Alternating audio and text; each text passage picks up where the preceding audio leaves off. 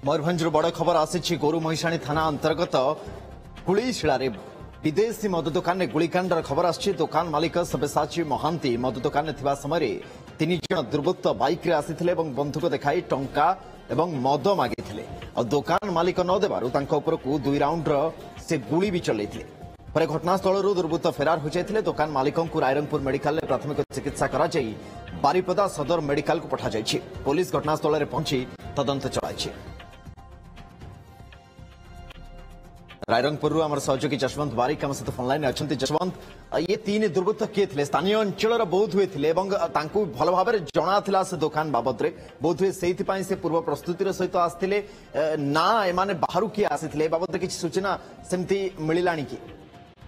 देखो तो सुनंदन जदि कह कौन नुआ कथा नुहे पूर्वर घटना देखा मिले आम जो रायरंगपुर एरिया रही झारखंड और वेस्ट बेंगल एरिया को छुँची यह सीमांतवर्ती अंचल तेज नीतिदिन एभली घटना घटुए आज हेतु गोरु महिषाणी थाना अंतर्गत कुलईशिला गाँव में जो विदेशी मद दुकान रही प्राय दिन 3टा समय किसी दुर्वृत्त आसी प्रथम दोकानी को जो सब्यसाची महांती अच्छा दोकानी को से मद पीवाई कहते मद दिंतु ना टंका दिंतु तापरे बंदूक मन सहित जुक्तितर्क होता जुक्तितर्क कथार से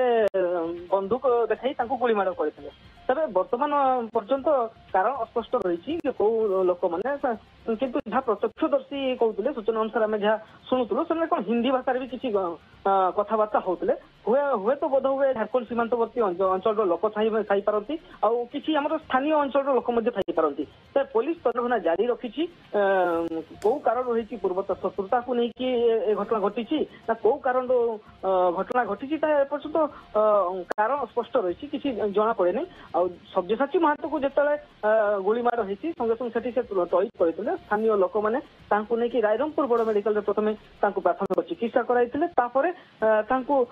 बारिपदा सदर मेडिकल को रेफर कर सुनंदन ये समय बाबद जाना चाहिए केतबले ये कांड से भिआई थे एपर्यंत किसी लीड सेमती पुलिस को मिलला कि ये पूरा मामला रे? देखो तो आम जहाँ पुलिस सह कथा होतलो से कहते सीसीटीवी आधार आम जांच करछु सीसीटीवी पूरा सीसीटीवी कैद होती पूरा घटना केतल प्राय 1 ରୁ 3टा मध्य ए घटना घटी सीसीटीवी पूरा कैद होती घटना 3 जन दुर्वृत्त थे 3टा बाइक रे आसी तो वर्तमान पर्यंत कारण अस्पष्ट रही जेहेतु आज दिन दीपर बेले बजार अंचल आठ भी आज रही जनगहली पूर्ण अंचल केमिति एभली कांड भिले ता लोकों को आश्चर्य कर विषय चर्चार विषय पलटि रायरंगपुर। सुनंदन ठीक नजर रखि था जशवंत परवर्ती समय पुणी अपडेट फेरबू आप वर्तमान बहुत बहुत धन्यवाद।